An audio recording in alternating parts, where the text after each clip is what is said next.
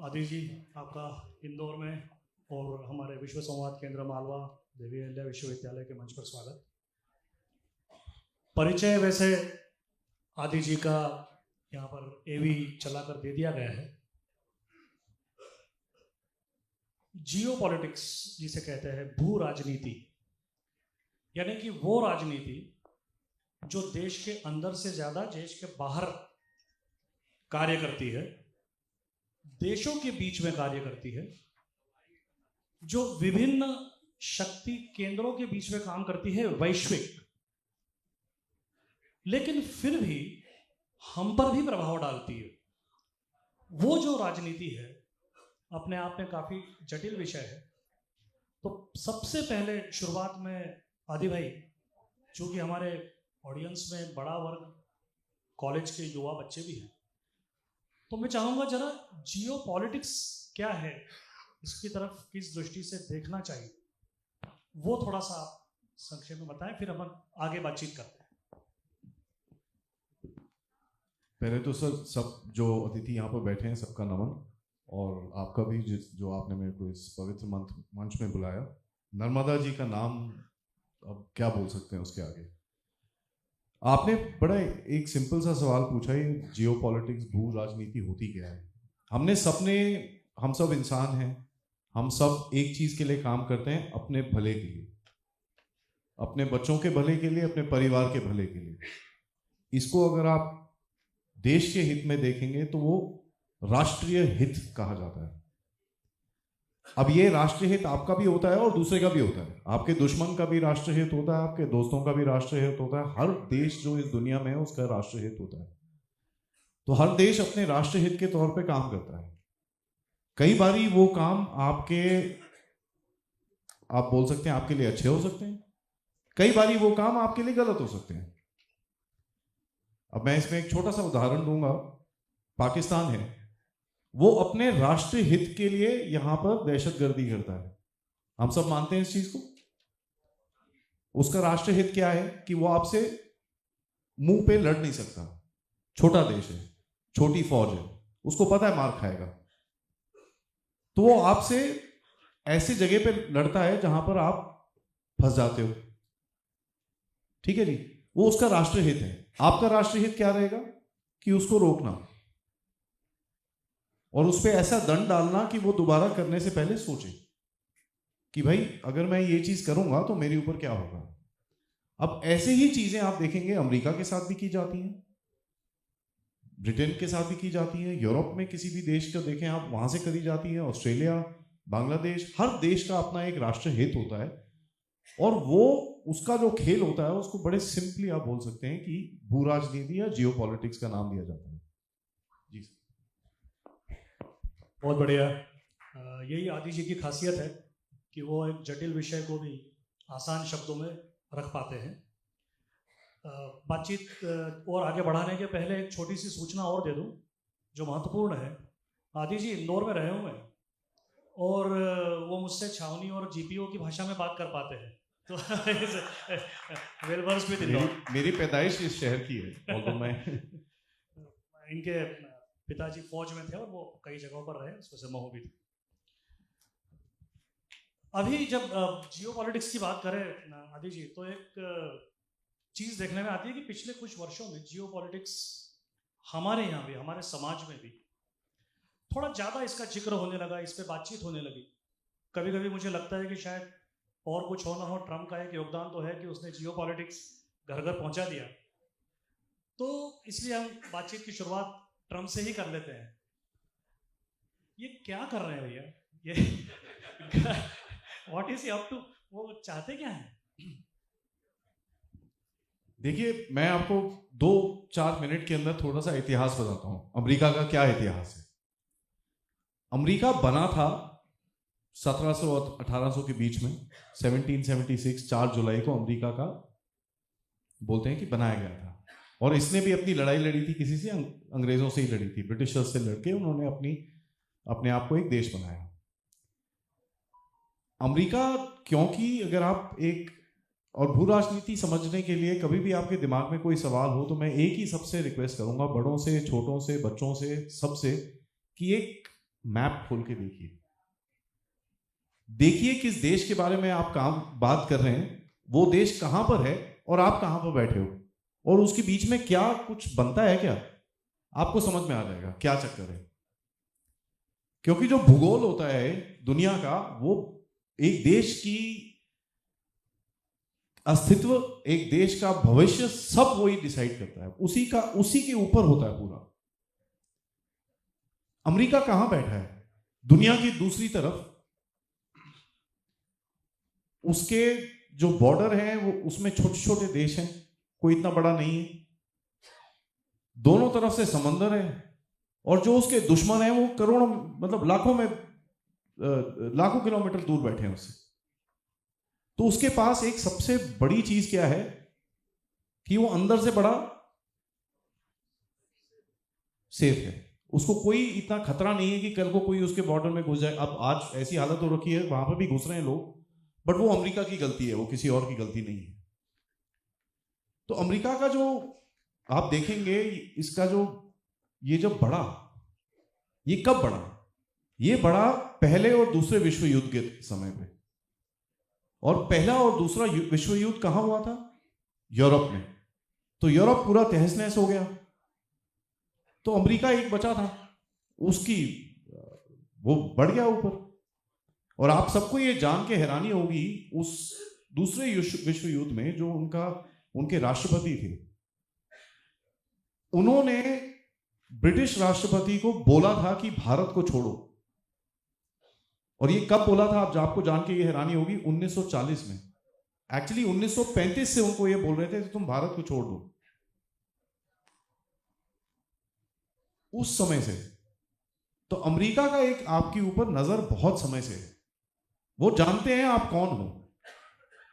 आपको ये जान के थोड़ी हैरानी होगी कि एक देश है दुनिया के अंदर जिसने सबसे, आपके वैदिक जो स्क्रिप्चर्स हैं, जो चीजें लिखी हुई हैं हमारी पुरानी वेद पुराण नहीं, जो छोटे छोटे पत्तों में लिखा हुआ है, इधर उधर किसी म्यूजियम में कहीं कुछ पड़ा है, किसी की म्यूजियम में कहीं।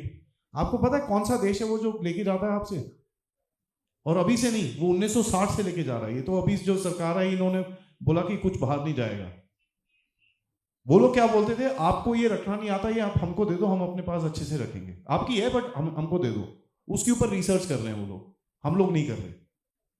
क्योंकि हमको क्या है, हमारे बचपन से हमको एक चीज सिखाई गई है, इतिहास बोरिंग है।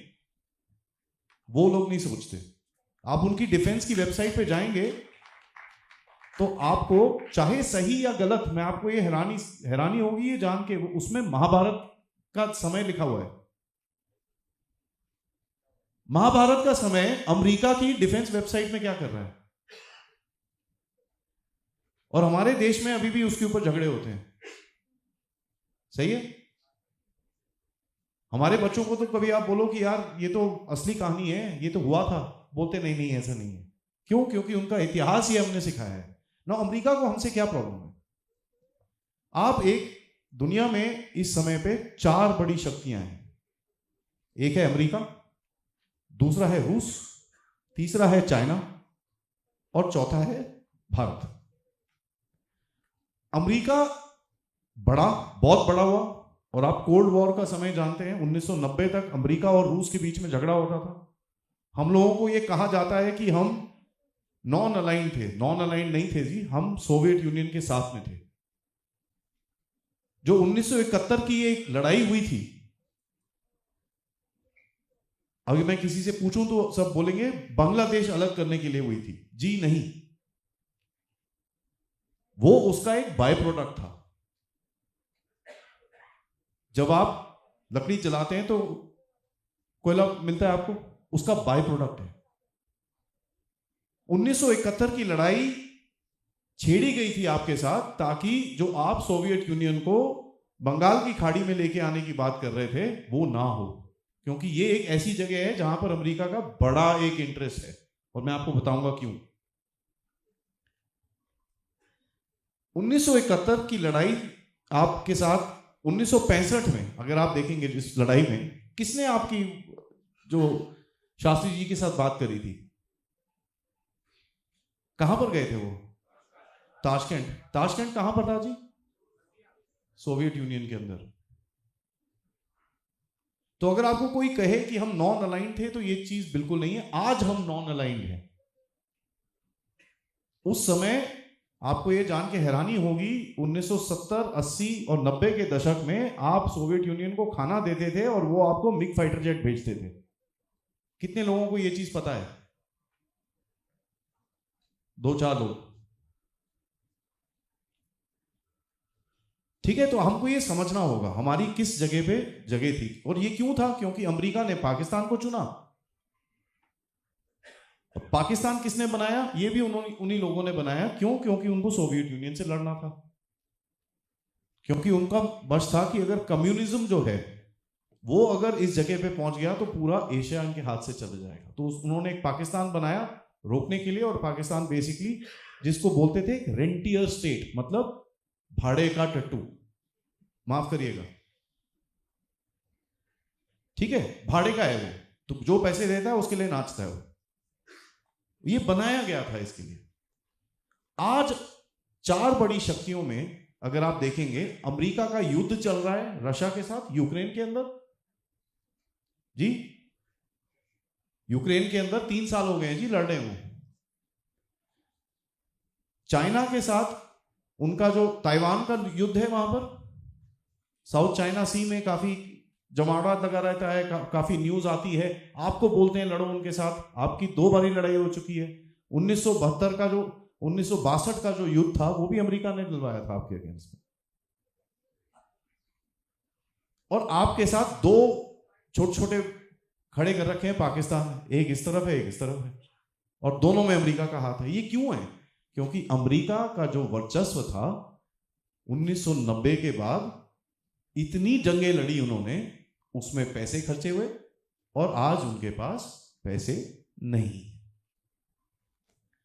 एक समय था जब यूएस डॉलर के ऊपर पूरी दुनिया चलती थी। आज उस यूएस डॉलर का महत्व खत्म हो गया, वैल्यू है। आप बोलेंगे साहब क्या बात कर रहा है, $1 तो 90-95 का हो गया है, क्या बात कर, वैल्यू है, महत्व खत्म है। और ये क्यों है? क्योंकि अमेरिका ने यूएस डॉलर को खींचा है, उसके ऊपर लोगों को डंडा मारा है, और आपको भी मार रहा है बाय द वे। ये जो अभी टैरिफ लगे हैं, आपके ऊपर सैंक्शन लगाए हैं उन्होंने, क्योंकि वो अपना एक वर्चस्व दोबारा खड़ा करना चाहता है। क्योंकि उसको पता है कि अगर उसने नहीं करा तो ये जो बाकी 3 हैं ये इकट्ठे होके बैठेंगे। और आपको याद होगा ना, मोदी जी की एक फोटो, मोदी, शी जिनपिंग और पुतिन की एक फोटो बड़ी वायरल हुई थी, सबने देखी होगी। इसका डर है उसको, तो वो आपको पकड़ता है। अब डोनाल्ड ट्रंप क्या है? दुनिया में एक तरीका था जिसको एक इंटरनेशनल लॉ बोलते हैं, कोई किताब में कहीं नहीं लिखा हुआ।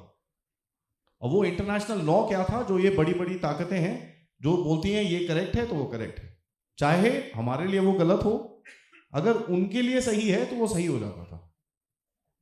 और दुनिया ऐसे चलती है। देखिए साहब, दुनिया चलती है दम पे। एक चीज बड़ी ध्यान से सुनिएगा, दुनिया दम पे चलती है, दुनिया सोच पे नहीं चलती। आप जब अपना दम दिखाओगे, और दम होता है, मिलिट्री दम नहीं होता, दम के अंदर बहुत सारी चीजें आती हैं। आप, मैं भी, भारत का दम है। सबसे बड़ी चीज 5 चीजें आती हैं, 4 से 5 चीजें आती हैं इसके अंदर। आपकी डिप्लोमेसी, जो जयशंकर साहब बड़े बड़े स्टेटमेंट देते हैं इधर उधर जाके, जो लोगों के साथ रिश्ते बन रहे हैं, वो एक तरह का दम है।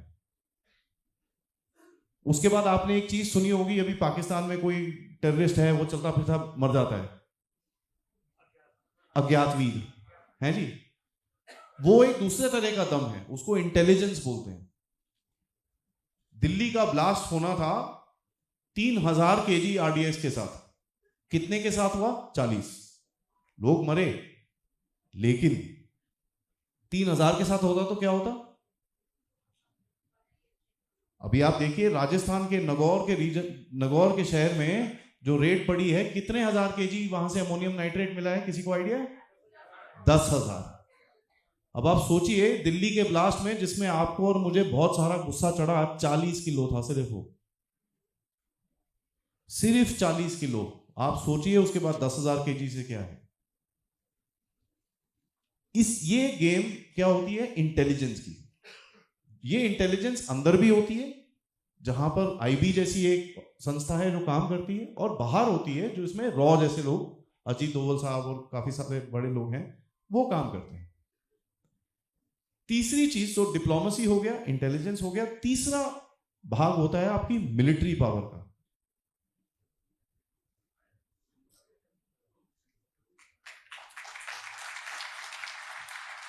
इसके आगे तो मुझे बताना नहीं पड़ेगा आपको। बहुत लोग बोलते हैं भाई चाइना आया था, चाइना आया था, चाइना आया था। आया था, क्या लेके गया वापस? अभी आपने रिपोर्ट पढ़ी होगी ना, 970 से ज्यादा किलोमीटर अभी आपके हाथ में वापस आ गया है, जो 2012 से आपके पास नहीं था। तो कौन जीता? Military power. एंड लास्ट में एक चीज होती है जिसको बोलते हैं इकोनॉमिक्स। आपके और मेरे हाथ में कितने पैसे हैं खर्च करने के लिए, जिसको क्या बोलते हैं? कंजम्पशन। मतलब क्या? आपके देश के अंदर अगर 100 चीजें बनती है, क्या आप जानते हैं 70 चीजें आप और मैं ही खत्म कर देते हैं? Economic power. तो ये जो 4 DIME, डिप्लोमेसी, इंटेलिजेंस, मिलिट्री और इकोनॉमिक्स, इसको डाइम नाम से जाना जाता है, DIME। ये होता है दम। तो आप, जो मैं दम बता रहा था, आपका दम अब बढ़ रहा है। अब देखिए यार, अगर आपका दम बढ़ रहा है तो किसको पसंद आएगा? किसी को नहीं आएगा। अमेरिका का दम खत्म हो रहा है। तो अगर अमेरिका का दम खत्म हो रहा है, अगर मैं आपको बोलूं कि साहब मैं किसी के बारे में, अपने बारे में बोलता हूं, भाई मेरे नौकरी चली गई, पैसे खत्म हो रहे हैं, अंदर से मेरी सोसाइटी टूटी हुई है, तो मैं क्या करूंगा? बावलापना नहीं करूंगा ना। अंधेरे में तीर मारूंगा, कहीं तो चिपकेगा। ठीक है, कुछ तो करूंगा, जुआ खेलूंगा, किसी के साथ शर्त लगाऊंगा, क्रिकेट में जाके बैटिंग करूंगा, कुछ तो करूंगा मैं। क्योंकि मेरे को क्या चाहिए? मेरे को अपना सर्वाइवल के ऊपर है साहब, नहीं तो मैं बचूंगा नहीं। तो ट्रंप जो कर रहा है ना सर, अपने आप को बचाने की चीजें कर रहा है और कुछ नहीं है। वो अपने राष्ट्रहित में देख रहा है। अब उसका राष्ट्रहित और आपका राष्ट्रहित अलग अलग रास्तों में है, तो आपके बीच में झगड़े। बड़ा सिंपल सी चीज है। नहीं, ये बराबर है कि राष्ट्र, मतलब कूटनीति जो है वो राष्ट्र हित पे चलती है, और ट्रंप भी अपने राष्ट्र के हित में ही काम कर रहे हैं। और जो तरीका है उनका, उसका मैं जानना चाह रहा था कि व्हाट इज दैट। मैं आपको एक और चीज बताता हूं। एक दो शब्द यूज होते हैं आजकल, deep state, deep state, deep state. क्या आप जानते हैं ये डीप स्टेट है क्या?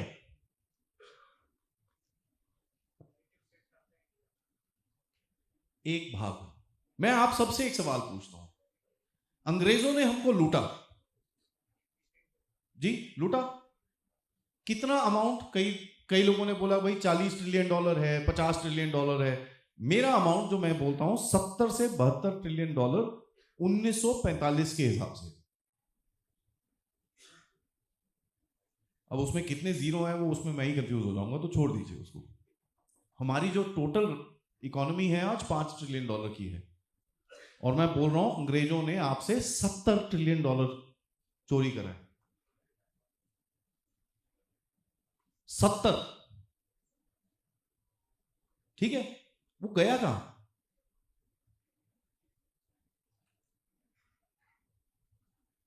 कहां है?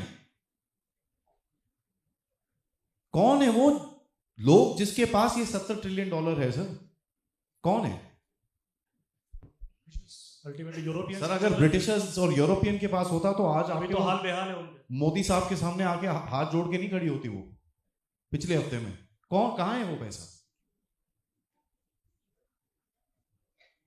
दुनिया में कुछ ऐसी कंपनीज हैं जिनका टोटल वैल्यू आपके देश से बड़ा है आज, और दुनिया में कुछ ऐसी जगह हैं जहां पर ये पैसा छुपा के रखा हुआ है। कुछ ऐसे लोग हैं जिनका ये पूरा पैसे के ऊपर हाथ है। अब वो लोगों ने ये देखा कि ये जो सिस्टम अभी तक दुनिया में चल रहा है वो ठीक नहीं चल रहा है। हमने अमेरिका को इतना बड़ा बनाया, उसको पूरा दम दिया, उसका तो डॉलर नीचे जमीन पे, लड़ते रहते हैं एक दूसरे से, ये कर क्या रहे हैं? अच्छा जी, तो कभी किसी सिस्टम को, जो पिछला सिस्टम बना था वो कब बना था? दूसरे विश्व युद्ध के बाद, ऐसा हम सब मानते हैं। यूनाइटेड नेशंस बना, सब चीजें बनी, दूसरे विश्व युद्ध के बाद पुराना सिस्टम बना। अब सर आज के जमाने में आप तीसरा विश्व युद्ध करेंगे तो दुनिया बचेगी नहीं। क्यों? न्यूक्लियर वेपन्स है। पाकिस्तान जैसा तो उसको तो थप्पड़ मारो, वो न्यूक्लियर वेपन्स से खड़ा हो जाता है लेके। सही है कि नहीं है?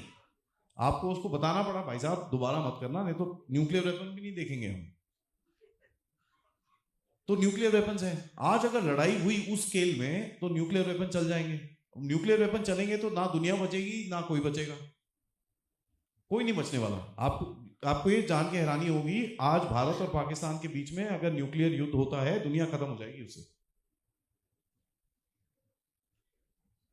जो हमारे मोदी साहब हैं उनके साथ में एक बंदा घूमता है ना काला सूटकेस लेके, उस सूटकेस में इतनी शक्ति है कि पूरी दुनिया को उड़ा सकता है वो।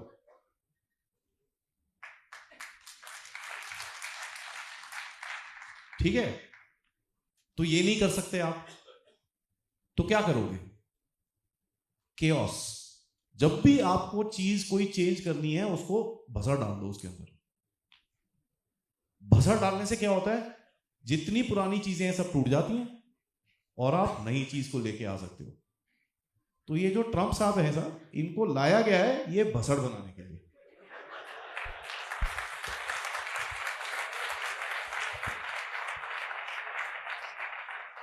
ट्रंप को एक नया नाम मिल गया यहां पर।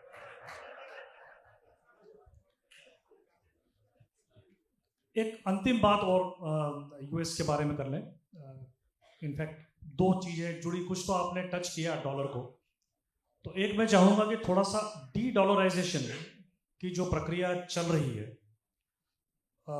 खास तौर से जो उसमें इंडिया का रोल है और उसका हम पर क्या प्रभाव पड़ेगा और विश्व पर क्या प्रभाव पड़ेगा। सब कुछ ठीक चल रहा था, लेकिन फिर हुआ रशिया के साथ यूक्रेन का युद्ध, जिसमें क्या किया? रशिया के $300 बिलियन पड़े हुए थे अमेरिका के पास, उन्होंने रोक के अपनी जेब में रख लिया। हम नहीं देंगे तेरे को।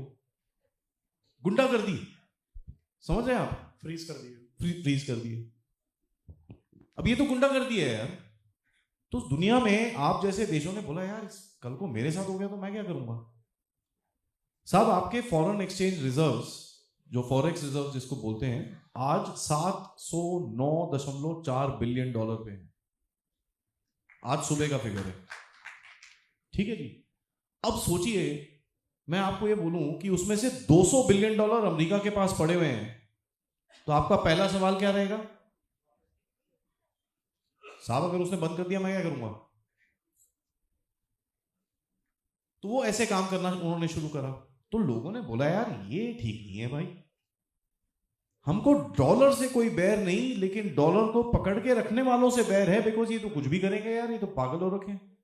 कभी किसी के साथ लड़ाई करते हैं, कभी किसी के साथ लड़ाई करते हैं। 5-7 साल पहले आपके पास इतना दम नहीं था कि आप इन चीजों को कर सकें, तो आप चुपचाप रहते थे। धीरे धीरे करके जैसे आपका वर्चस्व बढ़ रहा है, आप डी डॉलराइज नहीं कर रहे सर, आप प्रो रुपीआइज कर रहे हैं। डिफरेंस है। और ये चीज मेरी जरा ध्यान से सुनिएगा, क्योंकि मैं थोड़ा सा टेक्निकल होगा, बट मैं आपको बड़ा सिंपल तरीके से समझाता हूं। एंड पाकिस्तान का एग्जांपल लेके समझाता हूं। पाकिस्तान का पूरा गेम क्या है? Anti India. वो पॉजिटिव है कि नेगेटिव है? नेगेटिव है। अब कोई भी चीज आप नेगेटिव सोचोगे तो क्या होगा? कचरे के डिब्बे में जाओगे। तभी मैं बोलता हूं भारत की जो पॉलिसी है वो एंटी डॉलर नहीं है, वो प्रो रूपी। तो जयशंकर जी ने ये बोला था, we are not anti west, we are just non west. ये सब जो डायलॉग आते हैं ना, इनका बड़ा एक मीनिंग होता है। इसको हमको समझना है क्यों बोल रहे हैं ना। अब हो क्या रहा है, अमेरिका ने डॉलर छाप छाप के डॉलर की हालत ऐसी कर रखी है, जब उसको चाहिए होता है वो छाप देता है। क्या आप जानते हैं अमेरिका ने कोविड के समय पर $4 ट्रिलियन छापे थे। अब उसको कहीं ना कहीं तो यूज करना था, हमारी इकोनॉमी से ज्यादा उस समय की, तो कहीं लड़ाई लगा दो। तो आप ये सब चीजें देख रहे हैं और आप बोल रहे हैं यार ऐसे आदमी से मैं कैसे काम करूं। तो आप 2-3 चीज कर रहे हैं। आप लोगों को जाके बोलते हैं साहब ऐसा है, आपको मुझसे कुछ चाहिए, मुझे आपसे कुछ चाहिए, ये भाई साहब को जरा साथ साइड में रखते हैं। आपके पास कौन सी करेंसी है, चलो मैं ले लेता हूं, मेरे पास ये करेंसी है, आप ले लो। रशिया के साथ आप आज जो तेल ले रहे हैं 95% आपका रूपी रूबल में काम होता है, ठीक है। तो डॉलर आपका वहां पर साइड में हो गया। दुबई यूएई के साथ जितना आपका ट्रेड होता है 95% रूपी दिरहम में होता है, तो डॉलर साइड पे हो गया। क्यों हो रहा है ये? क्योंकि साहब उसको भी दिखता है कि यार मेरे को बंद कर दिया तो मैं तो गया, हमको भी दिखता है मेरे को बंद कर दिया तो मैं तो गया। तो वो क्या बोलते हैं कि साहब एक काम करते हैं, वो तो अलग है, हम अपना आपस में देख लेते हैं इसको। इसका नाम दिया गया है डी डॉलराइजेशन। अब इसमें 2-3 चीज कर रहे हो आप। सबसे पहले कर रहे हो कि सोना खरीदो, ठीक है, चांदी खरीदो। क्या आप जानते हैं आपने पिछले साल में दुनिया का 25% चांदी खरीद के अपने पास रख लिया। 25% इंडिया एज ए कंट्री जी। एंड ये लेडीज हमारी ऊपर नहीं है, एज ए ठीक है, कंट्री वो इंस्टीट्यूशनल बाइंग होती है, ये गवर्नमेंट खरीद रही है। क्यों? स्टोर ऑफ वैल्यू है, उसके और भी यूज होते हैं बट ये स्टोर ऑफ वैल्यू है। सोना खरीदते हैं, उसके बाद आपके पास डॉलर रखे होते हैं, आप उसको बेचते हो। तो आप आरबीआई की वेबसाइट पे जाके देखोगे, आपको पता चलेगा $50 बिलियन उन्होंने बेच दिए। क्यों भाई? बोलते हैं यार हमारे पास $225 बिलियन पड़े थे, हम इसको रखें, कल को इसने ये हमारे गेम खराब कर दी तो गए ना काम से। तो आज वो $225 बिलियन उठ के $174 बिलियन हो गया। और ये बाय द वे जो $50 बिलियन बेचे हैं पिछले 2 महीने में बेचे हैं, क्योंकि ट्रम्प साहब बॉन्ड्स बेसिकली सॉवरेन बॉन्ड्स, ठीक है, उंगली कर रहे थे तो ठीक है भाई, आपको हमसे बदतमीजी करनी है हम आपसे करेंगे, तो हमने बेचने शुरू कर दिए। तो चक्कर क्या है सर, अमेरिका की जो डॉलर है वो चलता था एक बड़ी सिंपल चीज पे जिसका नाम था तेल। आपने कुछ समय पहले सुना होगा, उसने वेनेजुएला में जाके प्रेसिडेंट को उठा के ले आए, सही बोलते ड्रग डीलर है साहब, दुनिया का सबसे बड़ा ड्रग डीलर अमेरिका ही है। आप पढ़िएगा इसके बारे में। 1970-80 के दशक के अंदर अमेरिका की CIA ड्रग्स में काम करती थी पाकिस्तान में। पाकिस्तान इंटरनेशनल एयरलाइंस उन्होंने बनाई थी ड्रग्स को ऊपर नीचे करने के लिए। जो आज बिकी है ना पाकिस्तान की एयरलाइन, इसका काम था सिर्फ ये ड्रग्स ऊपर नीचे करना। अफगानिस्तान पाकिस्तान में बनते थे, एयरलाइन के नीचे बूट में लग जाते थे और वहां पर लोग उतार लेते थे उसको, किसी को पता नहीं होता था ये हो रहा है। 30 साल उन्होंने ये काम करा है। मडूरो को क्यों उठाया गया, वेनेजुएला के राष्ट्रपति को? क्योंकि जो वेनेजुएला से ड्रग्स जाते थे, राष्ट्रपति ने बोला यार मेरे देश में से लेके जाते हो, मेरे को तो कुछ दो। अच्छा उठा लो, उठा लिया उसको, गुंडा राज है ना ये। तो यही चीज हो रही है डॉलर के साथ में भी। अब तेल के पीछे क्या होता था? अब देखिए, सबसे 2 देश हैं जो तेल को बेचते थे बिना डॉलर के, एक है वेनेजुएला, दूसरा है ईरान। अगला युद्ध कहां होगा? Thank you. बिल्कुल सेल्फ प्रूवन हो गया। थोड़ा सा अमेरिका से हम नजदीक आते हैं हमारे देश के। यूएई अभी आपको शायद मैसूर से यहाँ तक पहुँचने में 4-5 घंटे का समय लगा होगा, पर जायद साहब 105 मिनट की मीटिंग करके गए हिंदुस्तान से। तो ये क्या चक्कर था? ये 105 मिनट में वर्चुअली कुछ भी होना संभव नहीं है। कुछ उसके पीछे जिसे कहते हैं कि सरे आईना मेरा हाथ से बसे आईना कोई और है, रिफ्लेक्शन किसी का है दिखता, जो जियो पॉलिटिक्स में पर्दे के पीछे का गेम होता है। तो ये क्या चक्कर था 105 मिनट की मुलाकात? बड़ा अच्छा सवाल है सर। अब ये जो भूगोल है इस जगह का, जैसे मैंने अभी पिछला सवाल का आपने जवाब दिया, अगला युद्ध कहाँ है? ईरान। तो अगर आप मैप देखेंगे, ईरान के नीचे एक चीज आती है, straits of Hormuz, south of Iran, एक पानी का बॉडी है। उस पानी की बॉडी में से तेल आता है। सऊदी अरेबिया का आता है, बहरीन का आता है, कतर का आता है, कुवैत का आता है और दुबई यूएई का आता है। अब उस जगह में अगर युद्ध होगा, कहां से आएगा?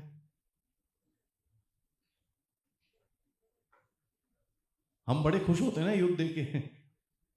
साहब आप अगर यहां पर बंद हुआ, अभी कितना है तेल? 102 रुपए का पेट्रोल चल रहा है ना, 102 106 के बीच में, वो 200 से नीचे नहीं रहेगा। तो लोग आज बोलते हैं ना, ये भू राजनीति इतनी इंपॉर्टेंट क्यों है, क्यों लोग इतना बात करते हैं? क्योंकि साहब आपके मेरे बटुए में जाके लगती है वो। आज तक हमको किसी ने ये चीजें बताई नहीं, तो हमने कभी सुनी नहीं।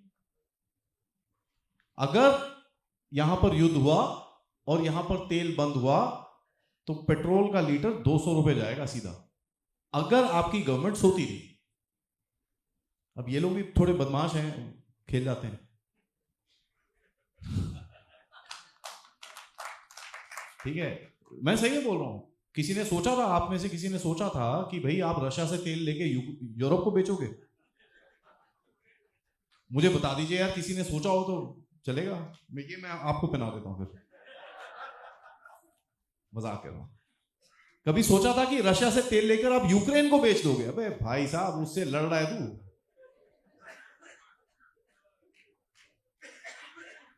ये छोड़िए, क्या आप जानते हैं दिसंबर में अमेरिका ने हमसे तेल लिया है, और तेल लेके बोलता है रशियन तेल लेता है तू, गंदा आदमी है। हम क्या बोलते हैं? कितना और चाहिए?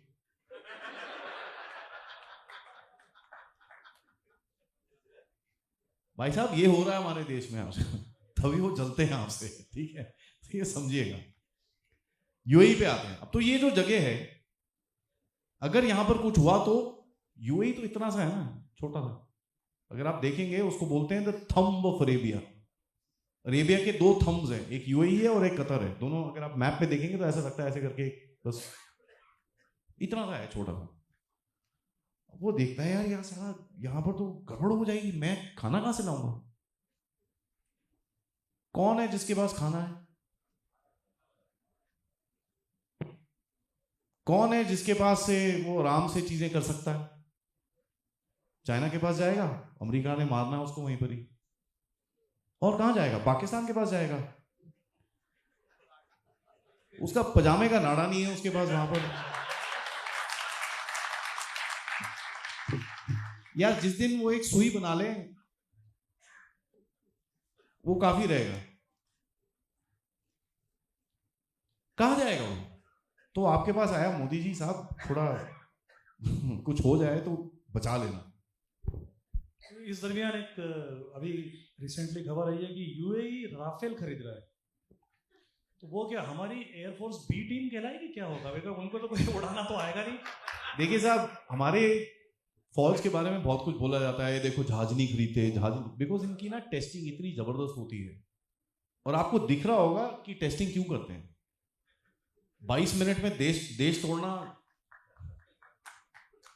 माफ करो यार, इतिहास में हुआ नहीं कभी तो। आपके टोटल एयरफोर्स, ठीक है, जो जिसकी बोलते हैं ना फ्लाइंग इन अग्रेशन करके एक टर्म आता है, मतलब आप लड़ाई के लिए जा रहे हो, मारने जा रहे हो किसी को। टोटल एयरफोर्स आपकी उड़ी है, क्या आप जानते हैं कितने घंटों के लिए? 3.5 घंटे। साहब 3.5 घंटे में आप किसी को घुटने पे ला दोगे तो दुनिया बोलती है भाई कर क्या रहे हो यार।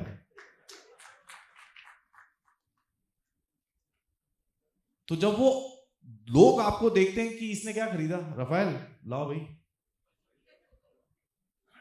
बाय द वे ये अकेला देश नहीं है सर, यूएई ने 80 राफेल खरीदे, हमने 114 खरीदे हैं, इंडोनेशिया ने 60 खरीदे हैं। और इंडोनेशिया जो देश है, अगर आप मैप को देखेंगे, आपका क्लोजेस्ट समुद्र में सबसे क्लोज आपका नेबर है वो। अंडमान निकोबार आइलैंड्स पे अगर आप जाएं, जो इंदिरा पॉइंट बनाते हैं ना, वहां से 90 किलोमीटर है सिर्फ। 10 मिनट की फ्लाइट नहीं है, आप उधर पहुंच जाते हो इंडोनेशिया के अंदर। तो ये एक, अब राफेल कहां आ रहा है, बोलता है साहब मैं पूरी फैक्ट्री भारत में लगा दूंगा। क्यों भाई, तू इंडोनेशिया में लगा ले यार। नहीं, मैं भारत में लगाऊंगा, कुछ तो है ना। तो ऑब्वियसली सर एक आंख बनेगा। दूसरा, एक भारत का फाइनली ये मैं बोलूंगा, जो एक रोल है इस रीजन के अंदर। क्या रोल है उसका? Net security provider. इसका क्या मतलब है? कुछ समय पहले आपने देखा था ना, रेड सी के अंदर, अरेबियन सी के अंदर कभी पायरेट खड़े हो जाते थे, कोई शिप को ले जा रहा है, कोई कुछ कर रहा है। कैसे बंद हुआ वो? दो ही चीज बोलूंगा, इंडियन नेवी। ऐसी ऐसी हालत हुई कि ये लोगों ने शिप पकड़े, इंडियन नेवी का हेलीकॉप्टर देखा, हथियार छोड़ के वे भागे। 2 बार हो चुका है ये चीज। आप सोच सकते हैं, डाकू और ये जो पायरेट्स हैं वो हथियार छोड़ के भागे ना, भाई इनसे नहीं लड़ना हमको।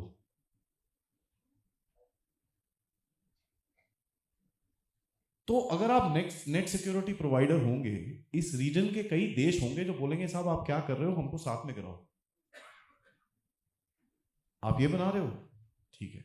क्या आप जानते हैं यूएई का जो भी साहब आए थे, ये कहीं पे लिखे मिलेगा नहीं क्योंकि ये चुपचाप बात होती है। $8 बिलियन का आपसे वो बोल रहे हैं यार सामान दो साहब।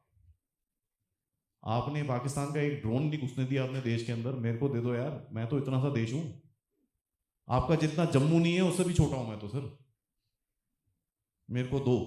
तो वो आपसे ड्रोन खरीद रहा है, एंटी एयरक्राफ्ट मिसाइल खरीद रहा है, और चीजें। ब्रह्मोस तो नहीं बेचेंगे सर उसको,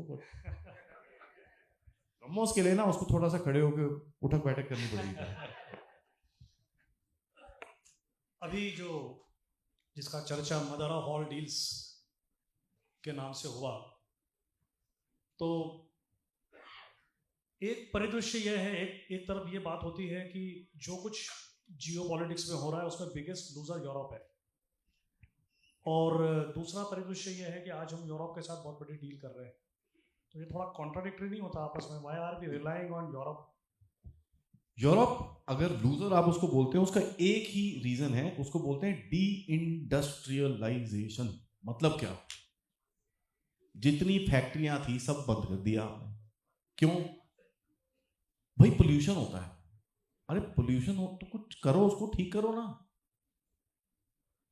नहीं हम नहीं सह सकते, हम बंद कर देंगे। न्यूक्लियर प्लांट आपने बंद कर दिए, क्यों? बस अब आपको समझ में आ रहा है, भारत में जो ये खड़े हो जाते हैं ना, जहां पर आप न्यूक्लियर प्लांट बनाओ, ओ जी ये ओ, क्यों? वो चाहते नहीं है आप बढ़ो, और यूरोप के लीडर चाहते नहीं थे वो यूरोप बढ़े। तो हुआ क्या है? यूरोप में एक बड़ी सिंपल सी चीज है, डिमांड। लोगों के पास डिमांड है बट चीज नहीं है, तो चीज कहां से आएगी? अमेरिका से आपके झगड़े चल रहे हैं, रशिया के साथ आपके झगड़े चल रहे हैं, चाइना आप जा नहीं सकते, अमेरिका मारेगा, तो कहां जाओगे साहब? तभी लोग बड़े कई बार फ्रस्ट्रेट हो जाते हैं ना, मोदी जी कुछ बोलते क्यों नहीं है? अरे क्यों बोले भाई? अंडा मुंह पे मारने की बात है यार। इस समय पे चुप रहना सबसे बढ़िया चीज होती है। देखो बंदर लड़ रहे हैं, रोटी खाओ, आपको क्या फर्क पड़ता है? और ये वही चीज है, आपने कभी सोचा था कि भारत, जब ये रशिया यूक्रेन का गेम शुरू हुआ था 2022 में, फरवरी 22 तारीख 2022 में शुरू हुआ है, उससे 2 महीने पहले अगर आप न्यूज़पेपर उठा के देखेंगे, कौन आया था भारत में? पुतिन। तो मैं तो खुले में पूछ चुका हूं, दोबारा पूछ लेता हूं, आरएसएस है, कोई जवाब मिल जाएगा कहीं से यार? मेरे को तो देता नहीं कोई जवाब कि मोदी साहब को बता के गए थे वो, भाई साहब मैं ठोकने वाला हूं उसको, मेरा तेल ले लेना भाई, जान बचा लेना मेरी, और उसके बाद जहां मर्जी बेचना है बेच यार, क्या फर्क पड़ता है।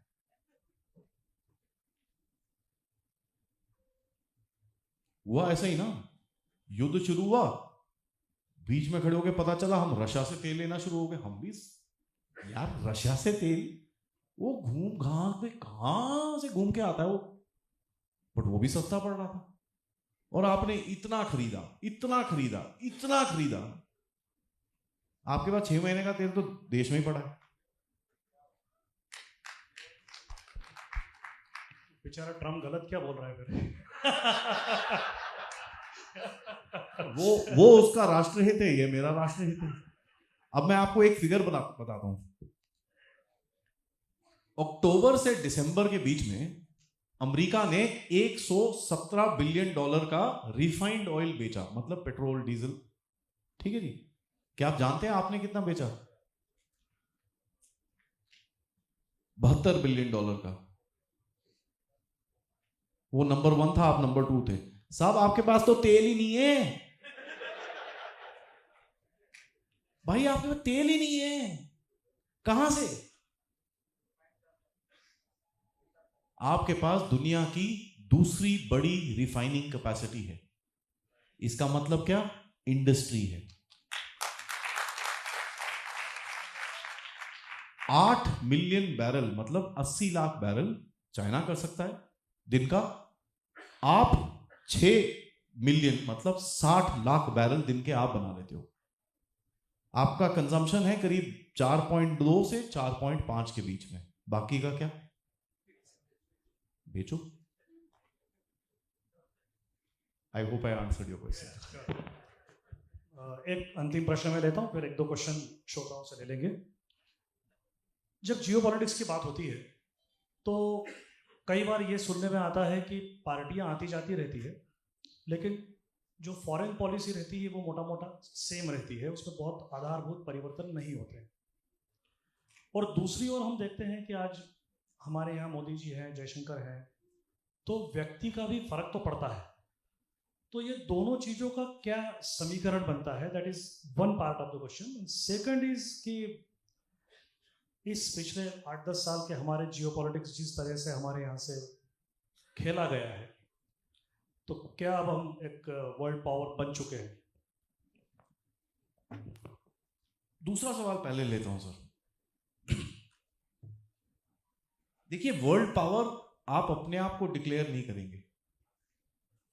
चाइना ने ये सबसे बड़ी गलती करी 2012 में, जहां उसने आके बोला अब मैं हूं।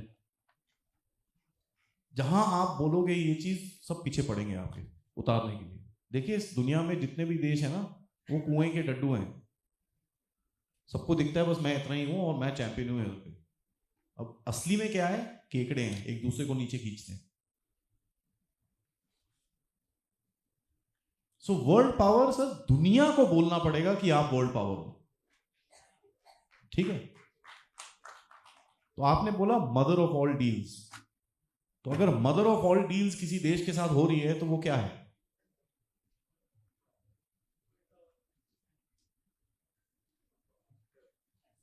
बाकी आपके ऊपर है।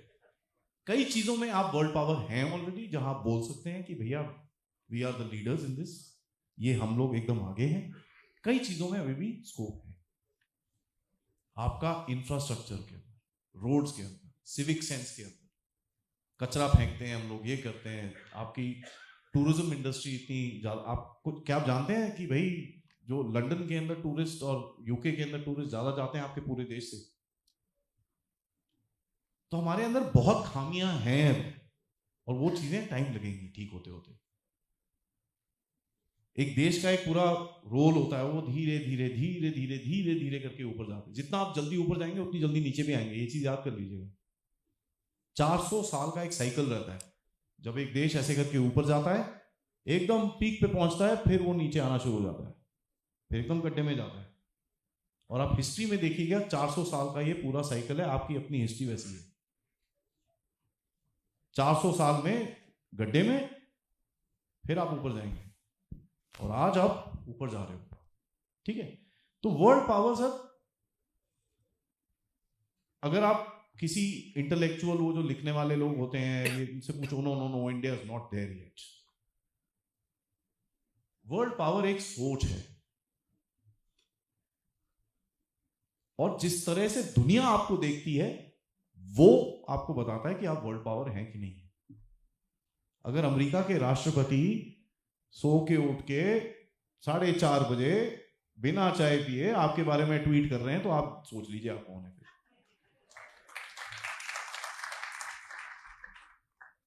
हुआ था ना, 1.5 महीना निकला था ऐसी, India India India India India. भाई पागल हो गया क्या यार, सो जा भाई। मैं तो उसकी बीवी को ट्वीट लिखता था, आंटी इसको सुलाओ यार, हम जगे रहते हैं इसके चक्कर में। दूसरा जो आपने पहला सवाल पूछा, देखिए सर, दुनिया में, मैं थोड़ा सा हटके जवाब दूंगा if you don't mind, but समझ में आ जाएगा सबको मैं क्या बोल रहा हूं। दुनिया का आज जो स्ट्रक्चर है, आज जो बैलेंस है, वो टूटा हुआ है। दुश्मन दुश्मन नहीं है, दोस्त दोस्त नहीं है। अमेरिका में तो सब बोलते थे ना, हमारा अच्छा दोस्त है, हमारा ये है, हमारा वो है। अब जैसे ये मदर ऑफ ऑल डील्स दीजिए, ये जो मदर ऑफ ऑल डील्स है, क्या आप जानते हैं अगले साल आएगी ये? सब लोग बड़ा जोश में है, अभी आ जाइए, हो गया हो गया, अगले साल। बट इसको बेचा गया है, इसको करके मदर ऑफ ऑल डील्स। क्यों? ट्रम्प साहब की नींद एक रात और खराब करने को। मैं सही बता रहा हूं आपको, ठीक है? इसको डील को होते होते टाइम लगेगा, समय लगेगा, बट इसमें होगा क्या? डोनाल्ड ट्रंप के अमेरिका ने दुनिया के साथ सिर्फ 2 ट्रेड डील करी है, एक है थाईलैंड के साथ, दूसरा है कंबोडिया के साथ। आपने कितनी करी है? वो तो 27 छोड़ दो यार, एक ही है वो। क्या आप जानते हैं पिछले 2-3 महीने में आपने कितनी करी है? यूरोपियन यूनियन, ठीक है जी। उसके बाद यूएई के साथ तो सर आपकी पुरानी डील है, वो तो यूरोप में आ गया ना सर। ऑस्ट्रेलिया, ठीक है, न्यूजीलैंड, यूनाइटेड किंगडम, ठीक है, जापान के साथ नहीं है अभी, रशिया के साथ बात चल रही है, इजराइल के साथ बात चल रही है, अगले एक हफ्ते में साउथ अमेरिका में 4 देशों के साथ आपकी डील होगी। ओमान के साथ होगी, मोदी जी गए थे अभी ओमान। कितनी होगी आपकी डील्स? अब उनको तोड़िए आप, 27 देश तो आप बोल रहे हैं ना एक जगह पे, तो आप जोड़ लीजिए कितनी डील हुई है। अमेरिका की डील हुई किसके साथ? थाईलैंड और कंबोडिया के साथ। बेच ले भाई, वो भी दोनों हिंदू देश हैं, भूले हुए हैं, आज के भूले भटके हैं, वापस आ जाएंगे। और नहीं एक्चुअली सॉरी, मैं माफी चाहूंगा, 3 डील हुई, एक पाकिस्तान के साथ भी हुई। सही बात है, 19% टैरिफ है यार, आप हंस रहे हो। हद है, उनका 19% टैरिफ है, वो रो रहे हैं, और आप 50% पे हंस रहे हो। क्वेश्चन के लिए टाइम है क्या? जी, 1-2 प्रश्न ले लें। क्वेश्चन बनते कोशिश युवा वर्ग से आए और टू द पॉइंट है। मैं नीरज गौर, पेशे से अधिवक्ता हूँ। मेरा ये पूछना, जैसे हम डॉलराइजेशन की बातें करते हैं, तो स्विफ्ट सिस्टम में कोई नई करेंसी के संबंध में काफ़ी समय से चर्चा है, तो उसमें राजनीतिक और अर्थशास्त्र के हिसाब से क्या दिक्कत है? दिक्कत यही है साहब, आपको अपने आप को सेफ गार्ड करना है, ठीक है? आपके अभी भी पैसे अमेरिका के पास हैं, आपको अभी भी टेक्नोलॉजी चाहिए अमेरिका से। देखिए एक चीज तो आपको याद करना, ये बहुत बड़ी ताकत है अमेरिका, हालत खराब है उसकी इस टाइम पे, लेकिन एक चीज याद करिएगा, वो क्या धुरंधर में एक डायलॉग है ना, जख्मी हूं तो क्या, घायल हूं तो घातक हूं, उसका वही हाल है। याद करिएगा इसको, आप उनके साथ मस्ती कर रहे हो, खेल रहे हो, आप उसकी हालत खराब कर रहे हो, वो अलग चीज है। बट जिस दिन वो आपके पीछे पड़ा ना, हाथ पैर धो के फिर पंगे होंगे तो आपको कुछ देना पड़ता है, समझ रहे? कुछ देना पड़ता है कुछ लेने के लिए। तभी मैं बोलता हूं डी डॉलराइजेशन नहीं है, प्रो रुपीआइजेशन है। हमको अपना नैरेटिव बदलने की जरूरत है, क्योंकि जब आप डी बोलते हो ना, तो बोलता है ये मेरे अगेंस्ट जा रहा है, पकड़ो इसको। वो नहीं करना। आपको अभी अपना देश आगे लेके जाना है, अपनी संस्कृति को खोलना है, अपने लोगों को निकालना है बाहर। खाना दे रहे हैं आप लोगों को, उन सबको मेन स्ट्रीम में लेके आना है, आपको इंडस्ट्री बनानी है। अभी तक तो हमको ये नहीं समझ में आया प्लास्टिक को फेंकें कहां। हम लोग जमुना की पूजा करते हैं, लेकिन कचरा भी हम ही फेंकते हैं ना उसके अंदर। आज हम बोल रहे हैं भैया गंगा को साफ करो, ये करो, वो, बट वो फेंका किसने है वहां पर? दारू की बोतलें से लेकर खाने के पैकेट, प्लास्टिक के पैकेट, गुटखे के पैकेट, सब किसने फेंके हैं? वो हमने फेंके। वो नहीं जी, वो सरकार गंदी थी, वो किसकी थी? हमारी थी ना। तो बहुत काम है हमको भी, तो अभी पंगे लेने की जरूरत नहीं है। चुप रहिए, अपना काम करिए। हाँ, बीच में एक आधा सुई चबा दो, किसी को फर्क नहीं पड़ता। नमस्कार, मेरा नाम शैलेश सिंह है। मैं एक सवाल क्वांटिटी ईजिंग पे पूछना चाहता हूँ। जैसे अमेरिका क्वांटिटी ईजिंग करता है और वो डॉलर पे डॉलर छाप के और अपने आप को बढ़ाने का प्रयास करता है, जैसे आपने बताया। तो हमें ऐसे इसको कैसे कंट्रोल करें और अपनी इकोनॉमी को अपलिफ्ट करते हुए, जो हमारे पास जो पैसा है, जो हम वैसे तो कहते हैं कि हम इनफॉर्मल सेक्टर से हैं, तो हम उसको डिस्क्लोज नहीं कर पा रहे हैं इंटरनेशनल लेवल पर, तो उसको हम कैसे क्या कर सकते हैं, और उसकी क्वांटिटी ईजिंग की जो थ्योरी है उसको हम यहाँ से कैसे कंट्रोल कर सकते हैं? देखिए यार, जो आज इकोनॉमिक्स में चीजें चल रही हैं आपकी दुनिया के अंदर, जैसे मैंने आपको एक टर्म बताया ना, केओस। आपको बॉटम लाइन है सैंक्शन प्रूफिंग करनी है आपकी। सैंक्शन प्रूफिंग का क्या मतलब है, मैं आपको एक एग्जांपल से समझाता हूं। क्या आप जानते हैं रशिया ने यूक्रेन पे हमला करने से पहले 8 साल तक काम किया था? ठीक है, 8 साल तक। यूक्रेन में सत्ता पलटी थी 2014 में, जहां पर कत्लेआम किया गया था रशियन लोगों का। क्या आप जानते हैं कितने रशियंस मारे थे यूक्रेन के अंदर? 14,000। हमको बांग्लादेश में बहुत गुस्सा चढ़ता है ना। क्या आप जानते हैं यहां पर नंबर कितना? देखिए, एक भी मौत, मुझे गलत मत समझिएगा, बट जब पॉलिटिशियंस या आप जब स्ट्रैटेजी बनाते हैं तो नंबर ही, वो जो एक जो जिंदगी होती है वो एक नंबर में रह जाती है। यहां पर तो अभी 1,000-1,200 भी नहीं मरे हैं। तो आप सोचिए रशिया ने अपने आप को कितना समय तक रोक के रखा। क्यों? क्योंकि उसको पता था जब वो घुसेगा इधर पे, उसके ऊपर, उसकी इकोनॉमी के ऊपर हमला किया जाएगा। मैं थोड़ा सा डिफरेंटली बता रहा हूं, कॉन्सेप्ट आपको समझा रहा हूं, क्या कर रहे हो आप। उसे हुआ क्या? उसने अपने आप को, अपने डॉलर्स हटाने शुरू करे, धीरे धीरे करके, धीरे धीरे करके, चुपचाप चुपचाप चुपचाप। जब हमला हुआ, रशिया गिरा नहीं। तो अगर आप क्वांटिटेटिव ईजिंग की बात करें कि ओवर प्रिंटिंग की बात करें, कि अभी जो उसने तो अपने फेडरल रिजर्व के, कैन यू इमेजिन, मोदी साहब ने, आप सोच सकते हैं मोदी साहब आरबीआई की चीफ को बोलते हैं भागे यहां से। उसने यही करा अपने आरबीआई की चीफ के साथ, अपने फेडरल रिजर्व के चीफ के साथ, क्योंकि वो मैनिपुलेट करना चाहते हैं अब अपनी करेंसी को। देखिए साहब, इस टाइम पे जो बेसिक इकोनॉमिक लॉज हैं वो टूट रहे हैं।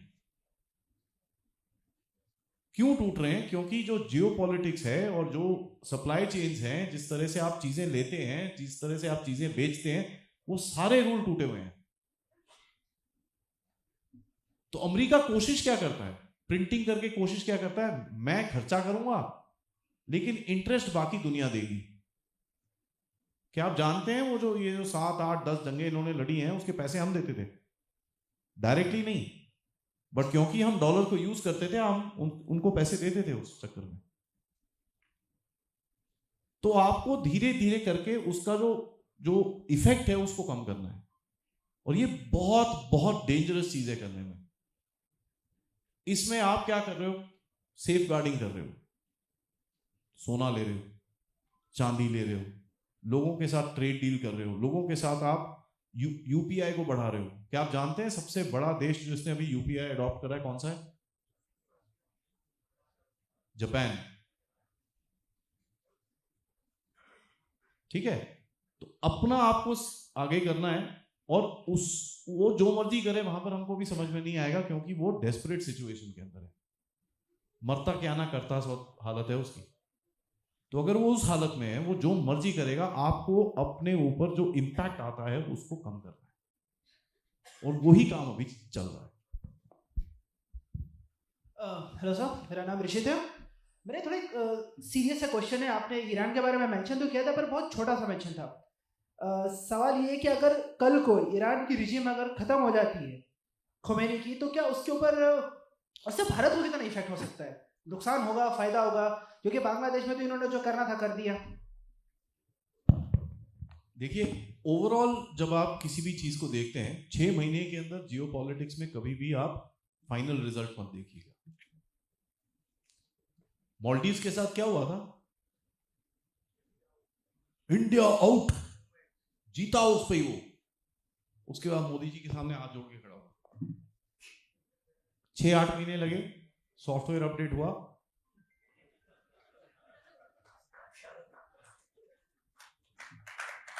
ठीक है, उसने इंडियन डिफेंस को आउट करा। लेकिन जब मोदी जी मालदीव गए, अपनी डिफेंस मिनिस्ट्री पे 60 फुट लंबा मोदी जी का पोस्टर चिपका दिया।